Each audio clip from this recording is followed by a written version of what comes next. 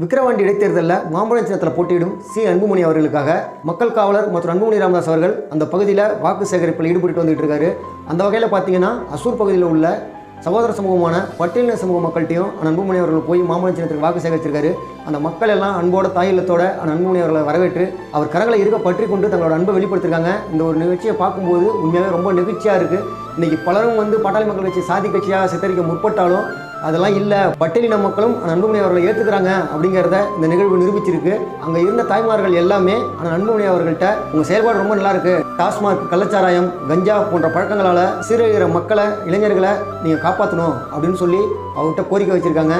அன்புமணி அவர்களோட நல்ல செயல்பாடு அனைத்து சமூக மக்களும் உணர்ந்துக்கிட்டு வராங்க. மாற்றம், முன்னேற்றம் அன்புமணி என்பது வெறும் சொல்லல்ல, அதை செயலாக செஞ்சு நிரூபிக்கிறவர் தான் அன்புமணி அவர்கள். நிச்சயமாக அனைத்து சமூக மக்களும் அன்புமணி அவர்களோட செயல்பாட்டையும் அன்புமணி அவர்களையும் பாட்டாளி மக்கள் கட்சியும் ஏற்றுக்கக்கூடிய காலம் மிக விரைவில் வரும்.